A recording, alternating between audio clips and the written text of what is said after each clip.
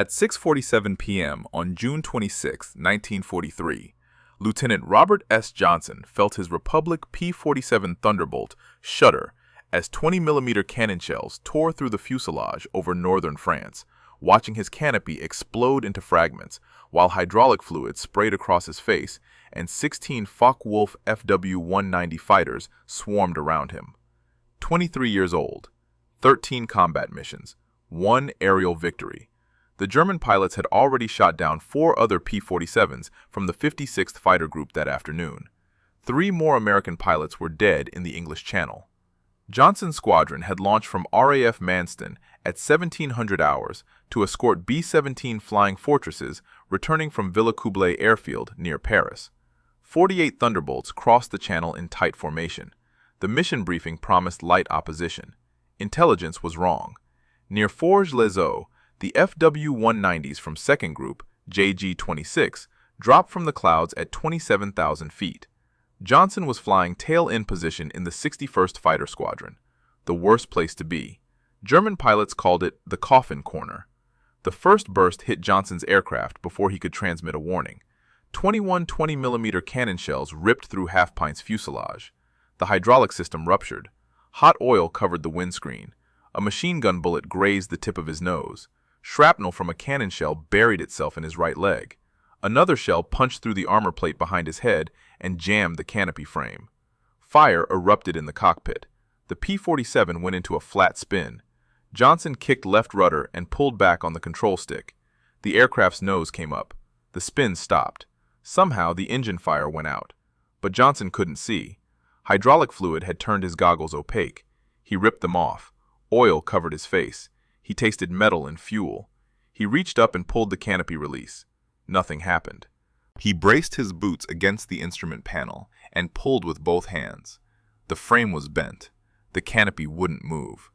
He was trapped inside a crippled fighter 30 miles from the English coast with enemy aircraft circling. The 56th Fighter Group had lost 47 pilots in the first 3 months of operations over Europe. Most died in their first 10 missions. Johnson had beaten those odds by following one rule: stay with your wingman, never fly alone. But his wingman was gone. The formation was scattered. Every P-47 was fighting for survival or already spinning toward the earth. Johnson pointed Pint toward the channel and pushed the throttle forward. The Pratt Whitney R-2800 radial engine coughed but kept running. Maximum continuous power. 2,300 horsepower. The big fighter accelerated to 280 miles per hour despite the damage. Republic Aviation had built the P-47 around one principle: bring the pilot home. The aircraft weighed 7 tons empty, nearly 8 tons with fuel and ammunition. Some pilots called it the Jug because its profile looked like a milk bottle. Others called it the flying bathtub. But every pilot who flew it trusted one thing: the Thunderbolt could take punishment. Johnson had seen P-47s return with cylinders shot away from their radial engines. He'd seen aircraft land with 3-foot holes in their wings, but he'd never seen damage like this. Cannon shells had blown holes through both wings. The tail section looked like someone had attacked it with an axe. Half the instrument panel was destroyed. The oxygen system was dead. Without oxygen at altitude, he had maybe 10 minutes before hypoxia shut down his brain. If you want to see how Johnson survived what happened next, please hit that like button. It helps us share these forgotten stories with more people. And please subscribe. Back to Johnson. He dropped to 15,000 feet where he could breathe. The channel was 15 miles ahead. If he could reach the coast, the RAF Air-Sea rescue launches might pick him up. If his engine kept running. If the Germans didn't finish him off first. Johnson glanced in his mirror. A blue and yellow Focke-Wulf Fw 190 was closing from his 6 o'clock position. Single aircraft. Alone. The German pilot was an experienced ace. Major Egon Mayer. 102 victories. The man who developed the head-on attack against American bomber formations. He pulled into firing position 50 yards behind the crippled Thunderbolt. Johnson hunched down behind the armor plate and waited for the cannon shells that would end it. Mayer opened fire at 45 yards. 7.92mm machine gun rounds hammered into the Thunderbolt's fuselage. The 20mm cannons were empty.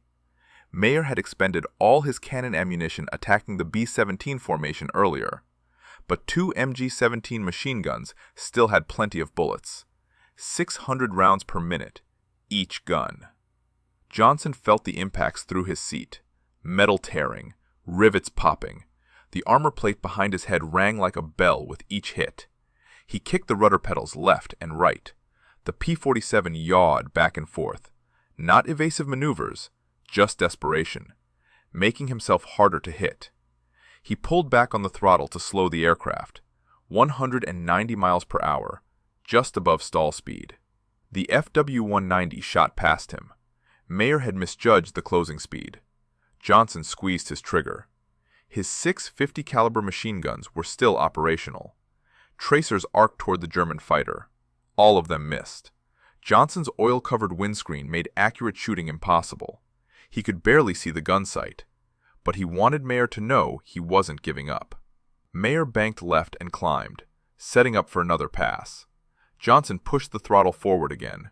The R-2800 responded. The big radial engine had taken multiple hits, but kept running. 18 cylinders arranged in 2 rows, air-cooled. No vulnerable coolant system to rupture. German fighters with liquid-cooled engines died from a single hit to their radiators. The P-47 just kept flying. Johnson checked his fuel gauge. The needle showed half full, but he didn't trust it. Cannon shells had damaged the fuel system. He might have less than 30 minutes of flight time remaining. The English coast was still 12 miles away. He was losing altitude, 14,000 feet. The aircraft was handling like a truck with flat tires. Mayer came in from the right quarter, lower this time, matching Johnson's speed. The Fw-190 was faster than the Thunderbolt in level flight, 390 miles per hour versus 330. But Mayer wasn't trying to run away.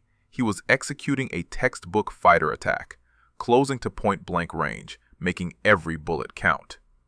The second burst lasted 8 seconds. Machine gun fire raked the P-47 from nose to tail. Bullets punched through the engine cowling, shredded the right wing, blew holes in the tail assembly. One round hit the main spar in the left wing. Another severed a control cable. The aircraft shuddered and rolled slightly to the right. Johnson fought the controls. The P-47 leveled out. He glanced at the wing. 3-foot holes. He could see through the aluminum skin to the internal structure. Fuel was streaming from a ruptured tank, not spraying, just trailing behind like a ribbon. That meant the self-sealing bladders were doing their job. The rubber layers inside the fuel tanks were closing around the bullet holes, slowly. Not fast enough to stop all the leaks, but fast enough to prevent an explosion. Mayer pulled alongside, 50 feet away, close enough for Johnson to see his face. The German was looking at the Thunderbolt, examining the damage. Johnson saw him shake his head. The P-47 should have been falling out of the sky. By every rule of aerial combat, Johnson should be dead. The aircraft had absorbed more punishment than any fighter Mayer had ever seen. The Fw-190 dropped back. Johnson watched in his mirror. Mayer was lining up for a third pass, this time from directly behind. 6 o'clock low, the killing position. Johnson had no moves left. The aircraft was too damaged to maneuver. His visibility was too poor to return effective fire. His hydraulics were gone. His controls were barely responding. He was flying on borrowed time in an airplane that should have been a funeral pyre. The channel was 10 miles ahead. Johnson could see the coastline, white cliffs, England, safety. If he could survive the next 30 seconds. If Mayer's guns jammed. If the P-47's engine kept running. If the fuel lasted. Too many ifs. Mayer opened fire for the third time. The machine guns hammered Johnson's aircraft for another 6 seconds. The tail section took most of the hits. Rudder, elevators, vertical stabilizer, all shredded. The P-47 wallowed in the air like a wounded bird. Johnson held the stick with both hands, fighting to keep the nose up, fighting to keep flying. Then silence. The firing stopped.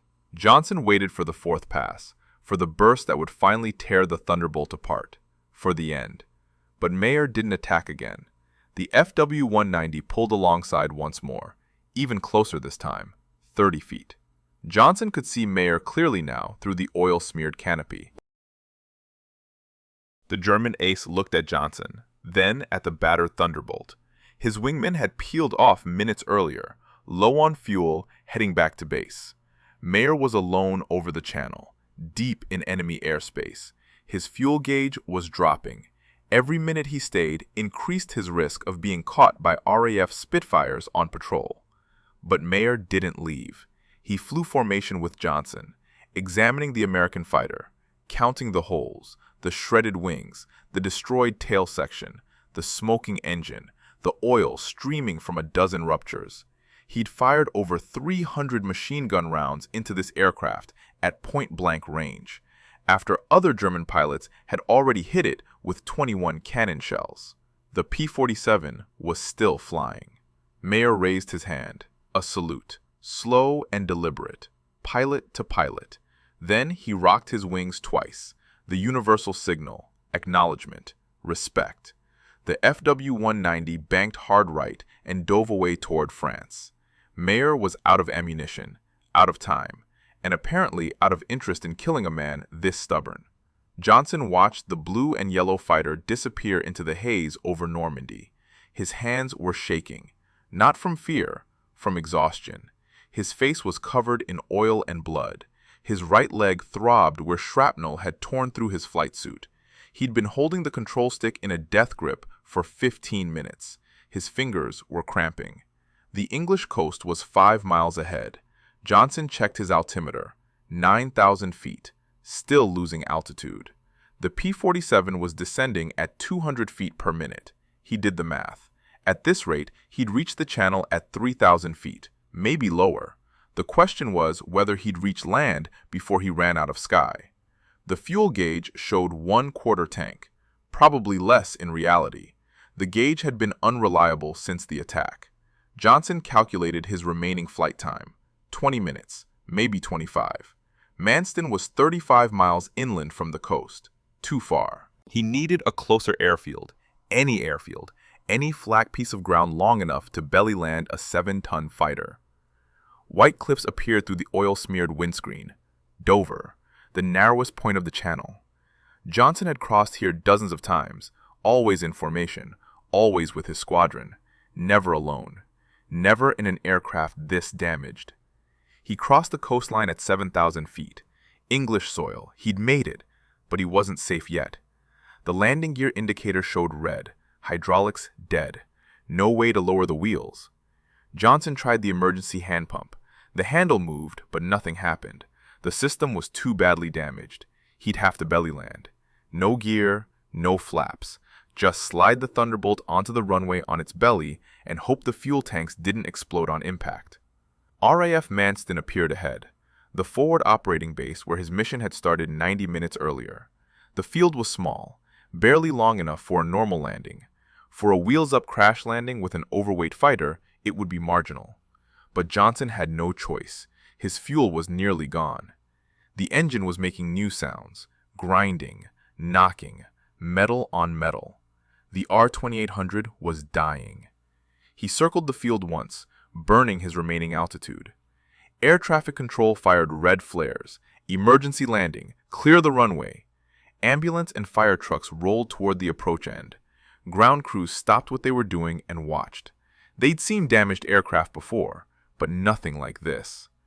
Johnson lined up on final approach. 2,000 feet. Airspeed 140 miles per hour. Too fast. But without flaps, he couldn't slow down more without stalling. The P-47 had a reputation for being difficult to land even in perfect conditions. With no hydraulics, no landing gear, and half the control surfaces shot away, it would be nearly impossible. 1,000 feet. He pushed the nose down slightly. The runway filled his windscreen. 500 feet. The engine coughed, sputtered. Johnson held his breath. The R-2800 caught again, kept running. 300 feet. He could see individual people on the ground, fire crews, medics, officers, all staring up at Pint. 100 feet. Johnson pulled back on the stick. The nose came up, flaring for landing. The P-47 settled toward the concrete. He cut the mixture. The engine died. Sudden silence except for the wind howling through the bullet holes. The Thunderbolt's belly hit the runway at 120 miles per hour. Sparks erupted as metal scraped concrete. The sound was deafening, like a train derailing. The P-47 slid down the runway, trailing smoke and flame. Johnson gripped the control stick, trying to keep the wings level. The aircraft wanted to ground loop, to spin sideways and cartwheel. He fought it with rudder and aileron. The nose stayed straight. 200 yards. The P-47 was decelerating, friction doing its job. 300 yards. The speed dropped below 80 miles per hour. 400 yards. 60 miles per hour. 500 yards. The Thunderbolt shuddered to a stop 50 feet from the end of the runway. The propeller blades were bent backward. The belly was torn open. But the fuel tanks hadn't exploded. Johnson was alive. He tried to open the canopy, still jammed. He pushed harder. Nothing moved. Smoke was filling the cockpit, not from fire, from hot metal and burned rubber. But Johnson could smell aviation fuel, fumes. The belly tanks had ruptured in the landing. Fuel was pooling under the aircraft. One spark and the whole thing would ignite. Fire crews arrived within seconds. A firefighter climbed onto the wing with a crowbar. He jammed it into the canopy frame and levered. The plexiglass cracked. The frame bent. The canopy moved 6 inches. Enough. 2 more firefighters grabbed Johnson under his arms and pulled him out. They carried him away from the aircraft, 50 yards, then 100. Then they laid him on the grass. A medic cut away Johnson's flight suit. Blood soaked the right leg. Shrapnel wound, not arterial. Painful, but survivable. Burns on his face and hands. 1st degree, maybe 2nd degree in places. The medic cleaned the oil from Johnson's eyes with sterile water. Johnson blinked. His vision cleared slightly. Everything was blurry, but he could see. An ambulance arrived. Medics loaded Johnson onto a stretcher. He refused, pushed himself up, walked to the ambulance on his own. His right leg barely supported his weight, but he walked. A pilot from the 61st Fighter Squadron saw him and started to say something. Johnson waved him off. No words. Not yet. He climbed into the ambulance and sat down. Only then did he start shaking. The medical officer at Manston treated Johnson's wounds, cleaned and bandaged the shrapnel injury, applied burn ointment to his face and hands, gave him morphine for the pain. But Johnson refused to stay in the medical tent. He wanted to see his aircraft. The doctor argued. Johnson ignored him. He limped back toward the runway. Pint was surrounded by mechanics and pilots. 20 men, maybe 30, all staring at the wreckage. The chief mechanic was walking around the aircraft with a clipboard, counting damage, writing notes. He looked up when Johnson approached. His expression was unreadable. Johnson stood at the wing and started counting bullet holes himself. The right wing, 5 holes, 10 holes, 20 holes. He lost count at 37 and moved to the fuselage. More holes, everywhere. The tail section was shredded. The rudder looked like Swiss cheese. The elevators had holes big enough to put a fist through. He walked to the left wing. More of the same. Holes, tears, shredded metal. The chief mechanic walked over, handed Johnson the clipboard. The tally was written in neat columns. 21 20mm cannon shell impacts. Over 200 machine gun bullet holes. The mechanic had stopped counting at 208, and he'd only examined one side of the aircraft. The other side probably had just as many. Johnson looked at the numbers. 208 confirmed holes. Probably over 400 total. 400 hits. And he was alive. The chief mechanic pointed to the armor plate behind the pilot's seat. It was cratered and dented from repeated impacts. At least 15 machine gun rounds had hit that plate. Every one of them would have killed Johnson if not for that 1-inch steel protection. The engine cowling was destroyed. Multiple cylinders had been hit. But the R-2800 had kept running. The fuel tanks showed evidence of self-sealing. The rubber bladders had closed around dozens of punctures, slowly leaking but not exploding. The tail section should have separated in flight. It hadn't. The control cables were severed in multiple places. Somehow, enough redundancy remained for Johnson to maintain control. Republic Aviation had designed the P-47 to survive, but even they hadn't imagined this level of damage. This was beyond engineering specifications, beyond testing parameters, beyond anything any pilot had experienced and lived to report. Pint was a flying wreck that refused to crash.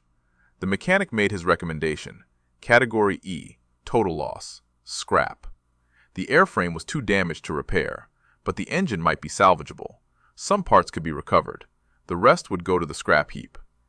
Pint had flown its last mission. Johnson touched the fuselage. Cold metal, rough where bullets had torn through. This aircraft had saved his life. The German pilot had saluted, but it was this machine that deserved the honor. 7 tons of aluminum and steel that refused to die. He turned away. His squadron mates were waiting, questions in their eyes. How did you survive? What happened up there? Who was the German pilot? Johnson didn't have answers. Not yet. Not while his hands were still shaking. The 56th Fighter Group lost 5 pilots on June 26th. 4 were shot down over France. Lieutenant Samuel Hamilton bailed out over the English Channel when his landing gear failed. RAF Air Sea Rescue found him 2 hours later north of Yarmouth, hypothermic but alive. The other 4 never came home. Lieutenant Gerald Johnson, no relation to Robert, claimed he'd shot down one of the Fw-190s chasing Robert's aircraft. He never mentioned it to Robert, didn't want to diminish the story. Years later, he wrote about it in his memoir. By then, it didn't matter. The legend was already established. Robert Johnson versus the German ace. David versus Goliath. The pilot who refused to die. Johnson spent 3 days in the hospital at Manston. Burns treated. Shrapnel removed from his leg. Rest and observation for shock. The flight surgeon recommended 2 weeks of medical leave. Johnson requested 5 days. They compromised on 1 week. On July 3rd, he reported back to the 61st Fighter Squadron at Halesworth, ready to fly. His squadron commander took one look at his bandaged face and grounded him for another week. July 10th, Johnson climbed into a new P-47D, serial number 428461. He'd named it Lucky. Not ironic, not a joke. Lucky was exactly what he'd been on June 26th. Lucky the Canopy jammed and prevented him from bailing out over France, where he'd have been captured. Lucky the engine kept running despite multiple hits. Lucky Mayer ran out of ammunition. Lucky the P-47 was built like a tank. His first mission after the incident was a bomber escort to the Netherlands. Uneventful. No enemy contact. Johnson flew tight formation. Watched his 6 o'clock constantly. Every shadow in the clouds looked like an Fw-190. Every distant speck might be an enemy fighter. The fear wasn't gone. It had just changed shape. He'd looked death in the face for 15 minutes on June 26th. The memory didn't fade. But the fear made him sharper, more cautious, better. He stopped taking risks, stopped chasing kills.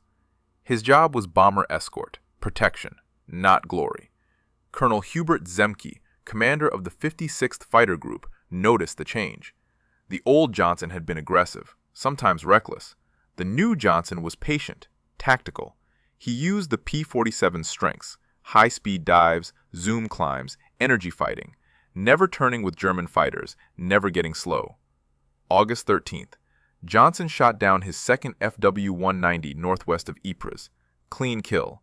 No damage to his aircraft. He returned to base and reported the victory without celebration. 1 more tally mark, nothing special. September brought 2 more victories. October 8th was different. Johnson and his wingman became separated during a mission to Bremen, alone again. But this time, Johnson wasn't helpless. He spotted a Messerschmitt Bf-110 attacking a B-17. Johnson dove from altitude, 6,000 feet of airspeed advantage. The Bf-110 never saw him coming. Johnson fired a 2-second burst. The German aircraft exploded, his 4th victory. As he pulled up from the dive, he saw 4 Fw-190s below, attacking more bombers. Johnson rolled inverted and dove again, upside down, firing while pushing forward on the stick to track the target. Unorthodox, effective. He shot down 1 Fw-190, then a second. October 10th, another mission to Münster, heavy fighter opposition. Johnson's squadron engaged an estimated 40 German aircraft, a massive dogfight. Johnson destroyed 1 Bf-110 and one Fw-190, but his aircraft took severe damage. Again, not as bad as June, but bad enough. Both he and Major David Schilling became aces that day, 5th and 6th kills, 5 or more aerial victories, the threshold that separated ordinary fighter pilots from legends. Johnson had become an ace while flying primarily as a wingman, protecting other pilots, following orders, not hunting kills. Hugh Zemke promoted him to flight leader on November 26th. Johnson's first mission in that role lasted 10 minutes. Fuel leak forced him to abort after takeoff. Embarrassing. But the leak wasn't his fault. Mechanical failure. He flew as flight leader the next day, led 4 aircraft on a sweep over Belgium. No enemy contact, but no mistakes either. December 22nd, Johnson shot down 2 Fw-190s. December 29th, 1 more. January 5th, 1944, 2 victories. January 29th, another. His tally was climbing. 13 confirmed kills by early February. He was becoming one of the top scorers in the 8th Air Force. But he never forgot June 26th. Never forgot how close he'd come to being another name on the casualty list. Every mission started with the same ritual. Walk around the aircraft, check the armor plate behind the seat, test the canopy, make sure it could open, check the fuel system, check the controls. Trust nothing. Verify everything. The mechanics thought he was paranoid. Maybe he was. But paranoid pilots came home. Careless pilots died. March brought 6 more victories. Johnson's total reached 19, second highest in the 56 fighter group, behind only Francis Gabreski, who had 22. The two of them were racing toward Eddie Rickenbacker's World War I record of 26 aerial victories. No American pilot in Europe had surpassed that number. Not yet. April 1944. Johnson shot down 3 German fighters in one mission. His total reached 22, 4 short of Rickenbacker's record. Gabreski was at 24, 2 short. The race was tightening. But Johnson wasn't competing with Gabreski. He was competing with himself. Every mission was a test. Could he stay alive one more day? Could he bring his wingman home? Could he protect the bombers? The kills were secondary. May 8th, a mission to Brunswick. Johnson spotted a formation of Fw-190s attacking B-17s at 18,000 feet. He dove with his flight. 4 P-47s against 12 German fighters. Bad odds, but the bombers needed help. Johnson picked the nearest Fw-190 and fired. Deflection shot, 45-degree angle, 2-second burst. The German aircraft rolled over and fell away trailing smoke. Victory number 23. Seconds later, another Fw-190 crossed his nose. Johnson didn't think. Pure instinct. He pulled lead and fired. 1-second burst. 50 caliber rounds walked across the German fighter's fuselage. The engine exploded. The pilot bailed out. 24 victories, 2 short of the record. Johnson stayed in the fight. His flight scattered. Each P-47 engaged individually. No formation, just chaos. Johnson tracked another Fw-190. This one was experienced. The German pilot saw Johnson coming and broke hard left. Johnson followed. The Fw-190 was more maneuverable, but Johnson had altitude, energy. He didn't try to turn with the German. He extended, climbed, reset the engagement, then dove again. The Fw-190 pilot made a mistake. He pulled up to meet Johnson head-on. Mutual pass, both aircraft firing. Johnson held his trigger down. 3 seconds. The German's canopy shattered. The aircraft snap-rolled right and dove. Out of control. Johnson pulled up hard. 6 Gs. His vision tunneled. Gray edges. He eased back on the stick. Vision cleared. The Fw-190 was spinning toward the ground. No parachute. 25 victories. 1 short of Rickenbacker's record. Johnson checked his fuel. Low. Ammunition almost empty. He called his flight.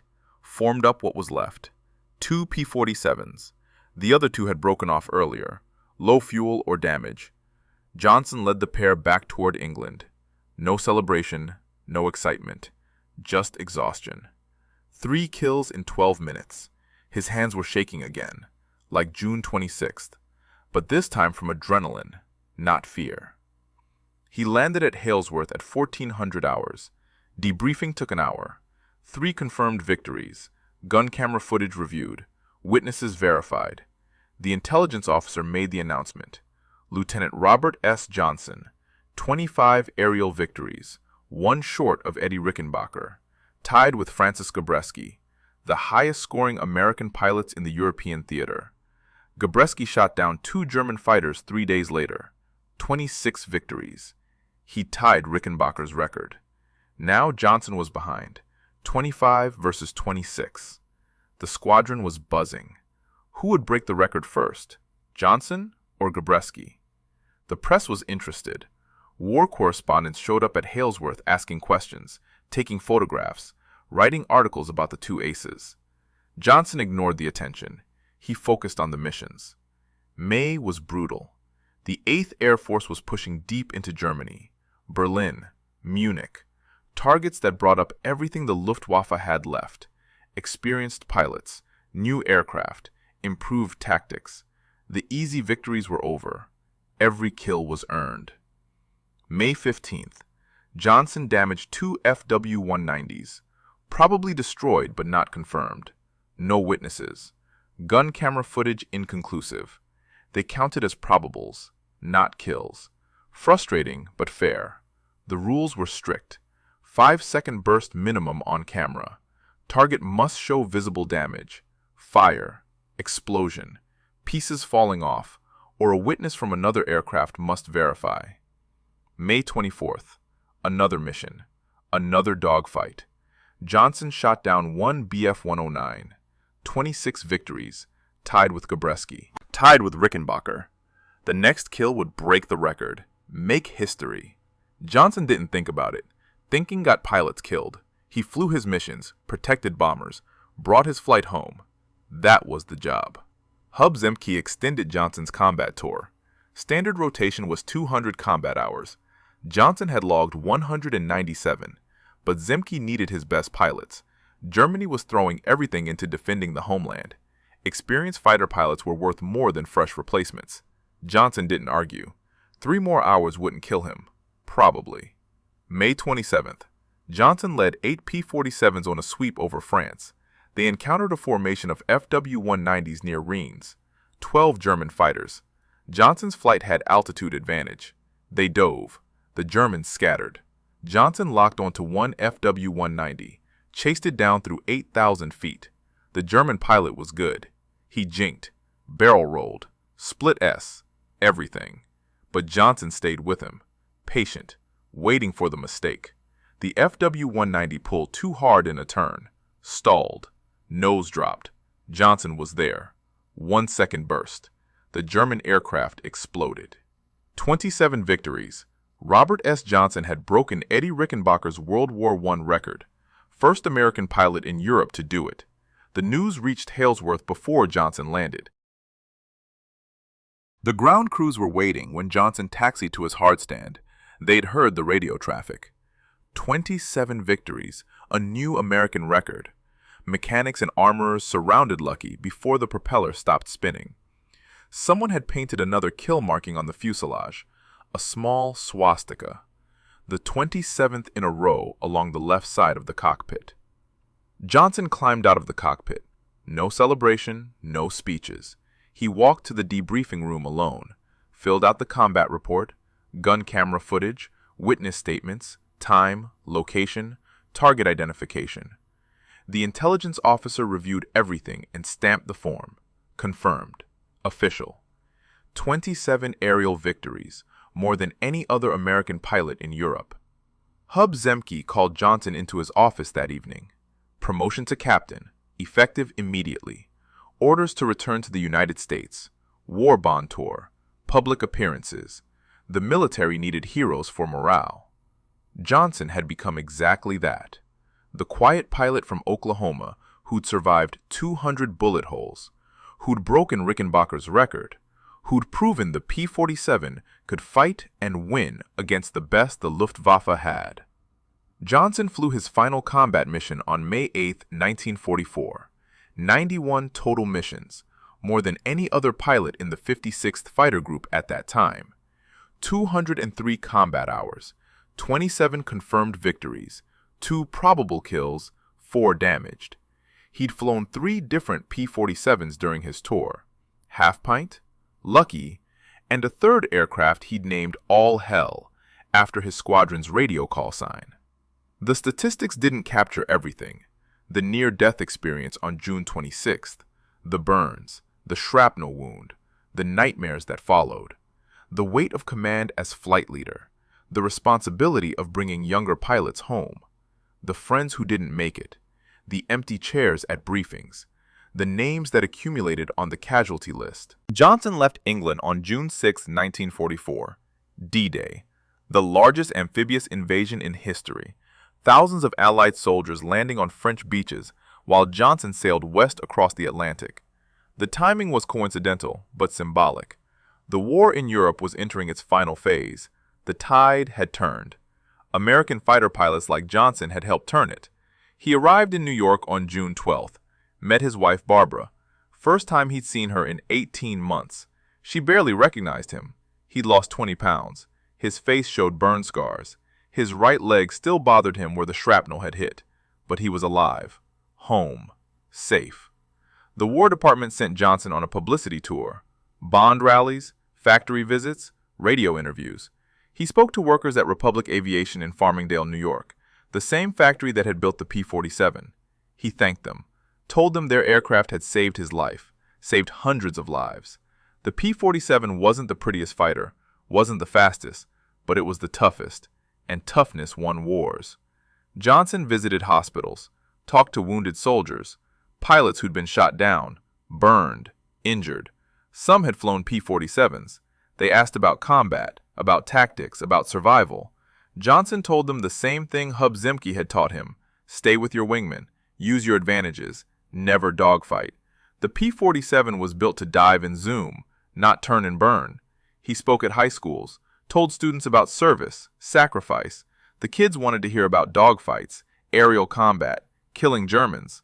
Johnson talked about teamwork instead, about the mechanics who kept the aircraft flying, the armorers who loaded the guns, the radio operators who guided them home, the rescue crews who pulled pilots from the channel.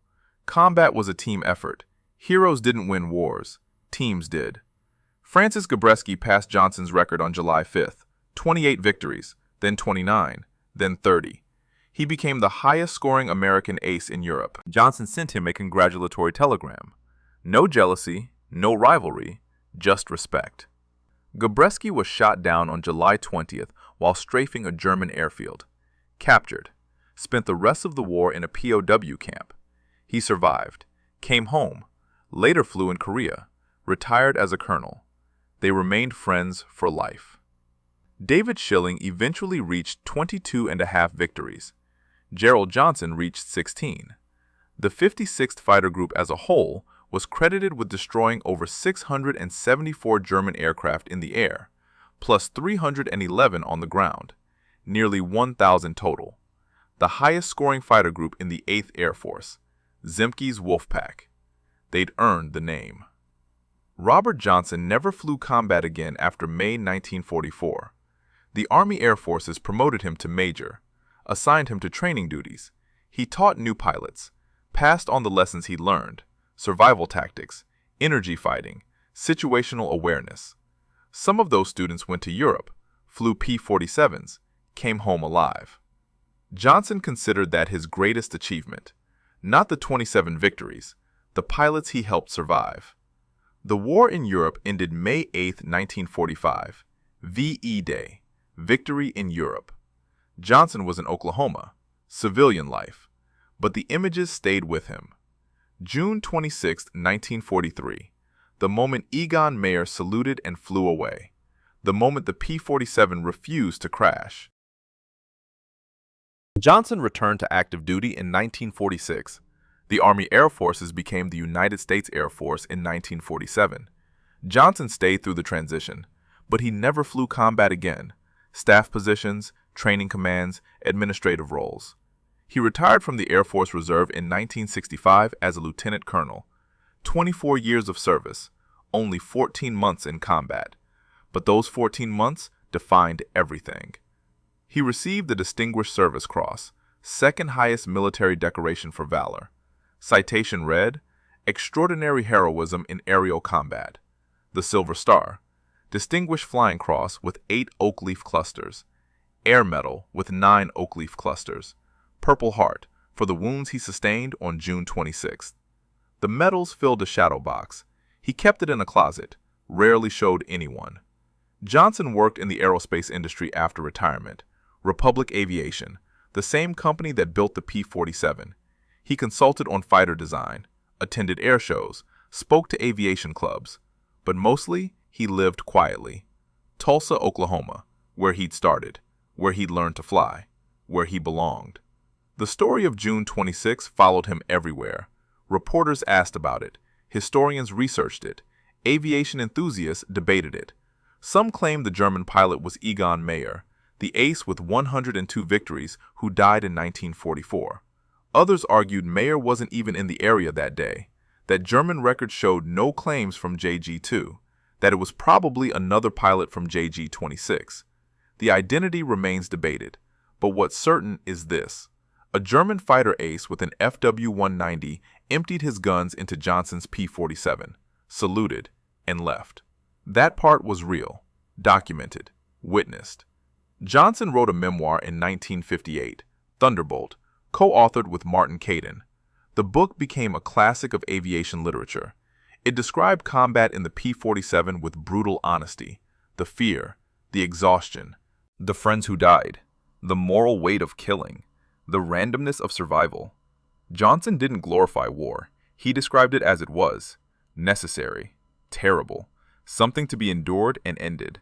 The Smithsonian National Air and Space Museum in Washington displayed a P-47D Thunderbolt, not Johnson's aircraft. Half Pint had been scrapped in 1943. But the museum's P-47 represented all of them, the 7-ton fighters that brought pilots home. Johnson visited the museum several times, stood next to the aircraft, touched the metal, remembered. The mighty 8th Air Force Museum in Savannah, Georgia, opened in 1996. It honored the bomber crews and fighter pilots who fought over Europe. Johnson attended the dedication, met other veterans, pilots he hadn't seen in 50 years. They were old men now, gray hair, slow movements, but they remembered the missions, the fear, the friends who never came home. They remembered everything. Johnson died on December 27, 1998, Tulsa, Oklahoma, 78 years old. He'd outlived most of his squadron, outlived Hub Zemke, outlived Gabby Gabreski. He was buried at River Hills Community Church Cemetery in Lake Wylie, South Carolina, full military honors. 3 F-16 Fighting Falcons flew missing man formation overhead, 21-gun salute, taps, the ceremonies for heroes. His legacy wasn't just the 27 victories, it was what he represented. The ordinary American who did extraordinary things when required, the pilot who followed orders, protected bombers, brought his wingmen home, who survived when survival seemed impossible, who earned respect from his enemy through sheer refusal to die. The P-47 Thunderbolt flew in every theater of World War II, Europe, Pacific, Mediterranean, China, Burma, India. It destroyed more ground targets than any other American fighter. Thousands of locomotives, tanks, trucks, bridges. But pilots loved it for one reason. It brought them home. Even when shot full of holes, even when it should have crashed, the P-47 kept flying. If this story moved you the way it moved us, do me a favor, hit that like button. Every single like tells YouTube to show this story to more people. Hit subscribe and turn on notifications. We're rescuing forgotten stories from dusty archives every single day.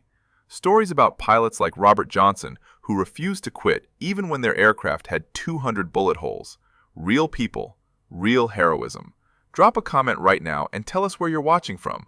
Are you watching from the United States, United Kingdom, Canada, Australia? Our community stretches across the entire world. You're not just a viewer, you're part of keeping these memories alive. Tell us your location. Tell us if someone in your family served. Just let us know you're here. Thank you for watching. And thank you for making sure Robert S. Johnson doesn't disappear into silence. These men deserve to be remembered, and you're helping make that happen.